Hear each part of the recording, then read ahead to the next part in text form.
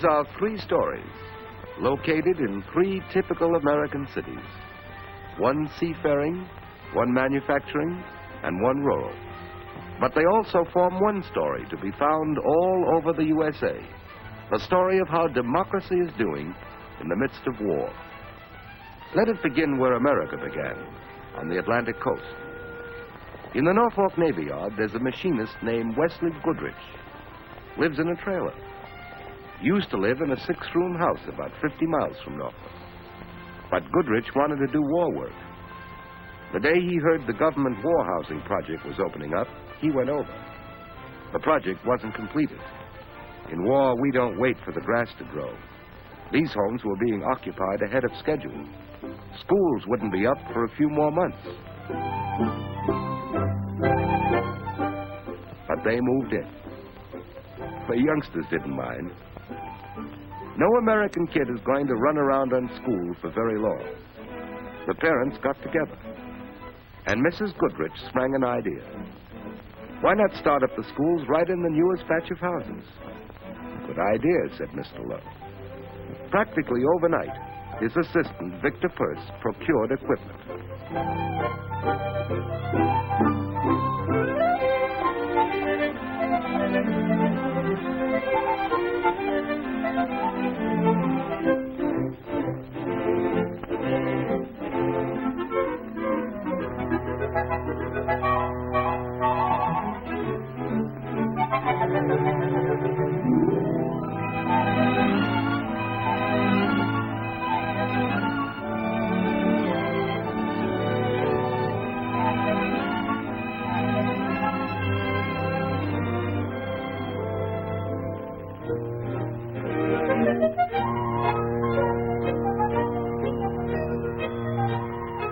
Norfolk's married and retired teachers came to work.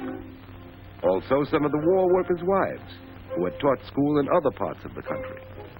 This school was just like home, the kids said. The same kind of house. It never occurred to the citizens of Alexander Park that they did anything notable here. Schooling, especially during this war, they said, is one thing that has to be made no matter how. Like their pioneer American forebears on this coast, they knew how to get together and make out with the materials at hand. Their war settlement even looks a little like our earliest American settlements, like the first kind of American place. And here's the latest kind of American place. Detroit, the latest, the newest, the most automatic. 40,000 new people in Willow Run. More thousands coming. Alan Kuhn, electrician on motor assembly. Phyllis Harris, a farm girl from downstate. Kenneth Watson, chief inspector on final assembly, formerly in the automobile business. There were no houses here. We're building houses fast as possible, but we had to build the war plans first, the way a good farmer first puts up his barn. So these workers bought trailers.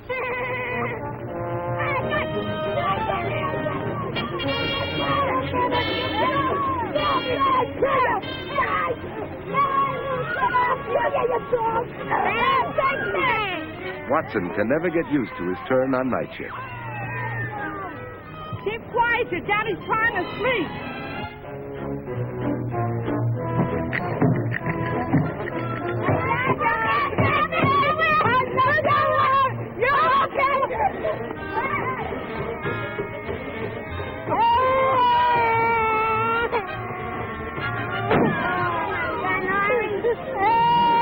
Watson said, "Can't you keep those kids quiet? They haven't anywhere to play," she told him. "Okay," said Watson. He had an idea. There were a lot of old WPA tool shacks around, and the WPA was going out of business. A union representative signed with Kenneth Watson as custodian of 6 of the shacks for use in a recreation project.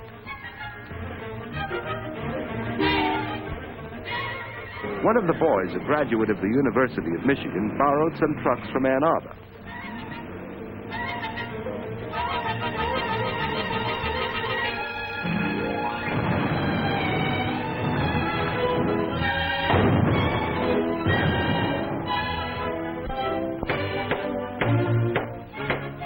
Alan Kuhn put in some time. So did Phyllis Harris.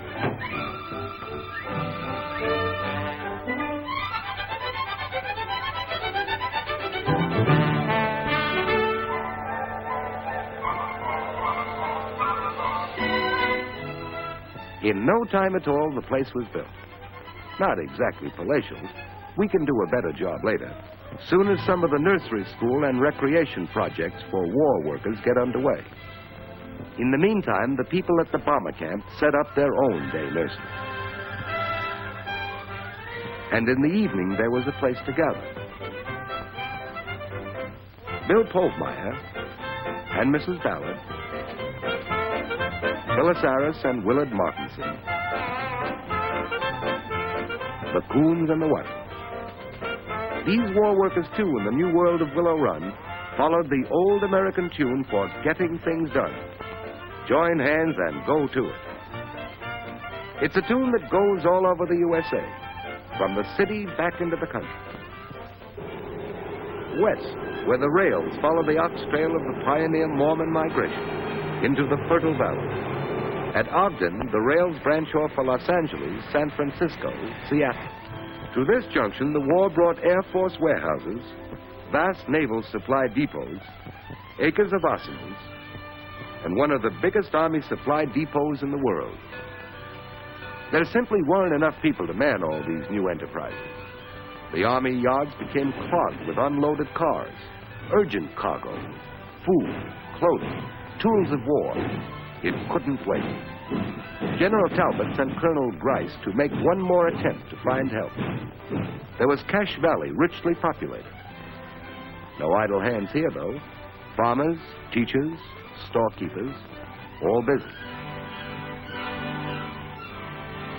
Nevertheless, Colonel Grice and Jack Shelby of the United States Employment Service met with the mayor and town leaders. Also the deans of the State Agricultural College in Logan. And they formed a plan. The Sundays of the people of the valley were like Sundays all over America.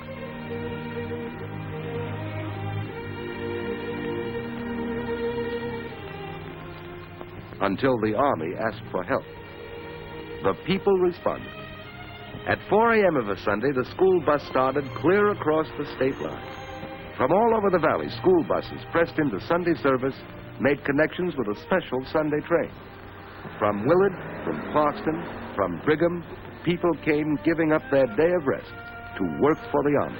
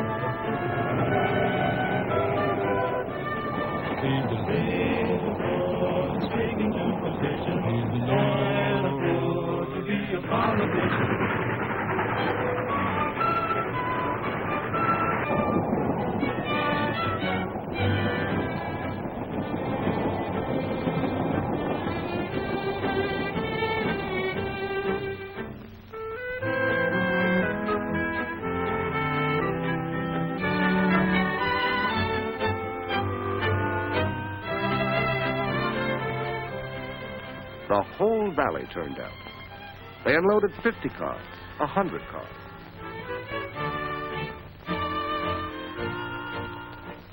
They stacked 1,000 boats.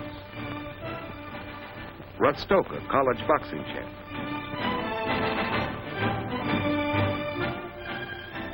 They stacked 250,000 shovels.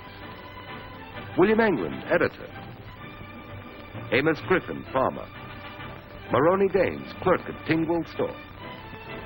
They loaded iron for construction. H.C. Davis, math teacher.